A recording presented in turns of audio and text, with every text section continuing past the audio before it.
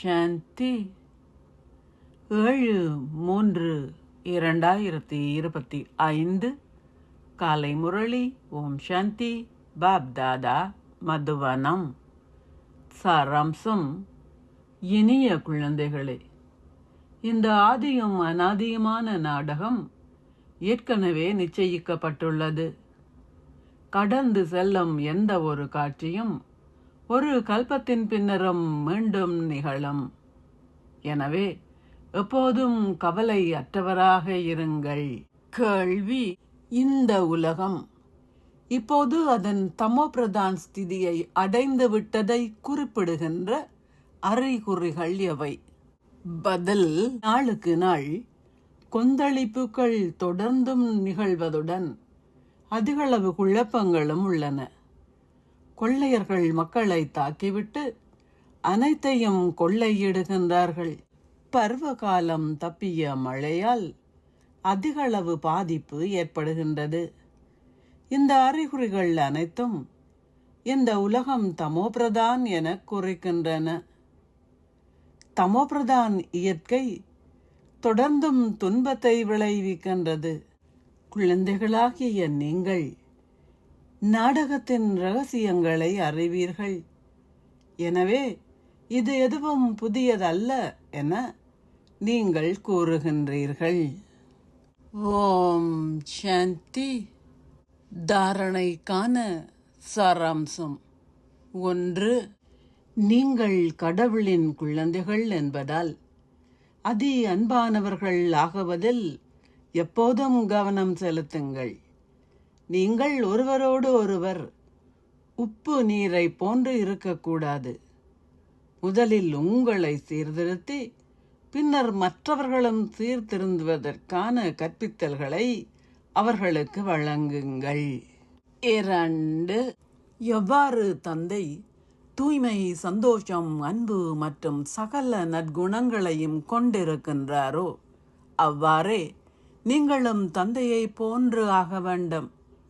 சத்குருவை அவதூறு செய்கின்ற எந்த செயல்களையும் செய்யாதீர்கள்.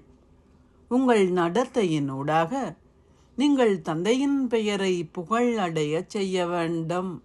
ஆசீர்வாதம். நீங்கள் தந்தையையும் உங்களின் பேறுகளையும் உணர்ந்தவராக இருப்பதன் மூலம் சதா ஸ்திரமாகவும் அசைக்க முடியாதவராகவும் இருப்பதுடன் எப்போதும் தைரியத்தையும் உற்சாகத்தையும் கொண்டவர் ஆகுவீர்களாக. நீங்கள் பிறப்பு எடுத்ததிலிருந்து தந்தையிடமிருந்து நீங்கள் பெற்றுள்ள பேறுகள் எல்லாவற்றினதும் பட்டியலை சதா உங்களின் முன்னால் வைத்திருங்கள். ஏனென்றால் உங்களின் பேறு நிச்சயமானதாகவும் அசைக்க முடியாததாகவும் இருப்பதற்கு உங்களின் தைரியமும் உற்சாகமும் கூட அசைக்க முடியாதவையாக இருக்க வேண்டும். அசைக்க முடியாதவராக இருப்பதற்கு பதிலாக உங்களின் மனம் சில வேளைகளில் விஷமத்தனம் செய்யுமாயின் அல்லது உங்களின் ஸ்திதியில் ஏதாவது விஷமத்தனம் இருக்குமாயின் நீங்கள் சதா தந்தையையும் உங்களின் பேறுகளையும் உங்களுக்கு முன்னால் வைத்திருக்காததே அதற்கான காரணமாகும். சகல பேறுகளும் சதா உங்களுக்கு முன்னாலும் உங்களின் விழிப்புணர்விலும் இருப்பதை நீங்கள் அனுபவம் செய்யும் போது சகல தடைகளும் முடிவடைவதுடன் நீங்கள் எப்போதும் புதிய ஊக்கத்தையும் உற்சாகத்தையும் கொண்டிருப்பீர்கள். அத்துடன் உங்களின் ஸ்திதியும் நிலையாகவும் அசைக்க முடியாததாகவும் இருக்கும். ஸ்லோகம்.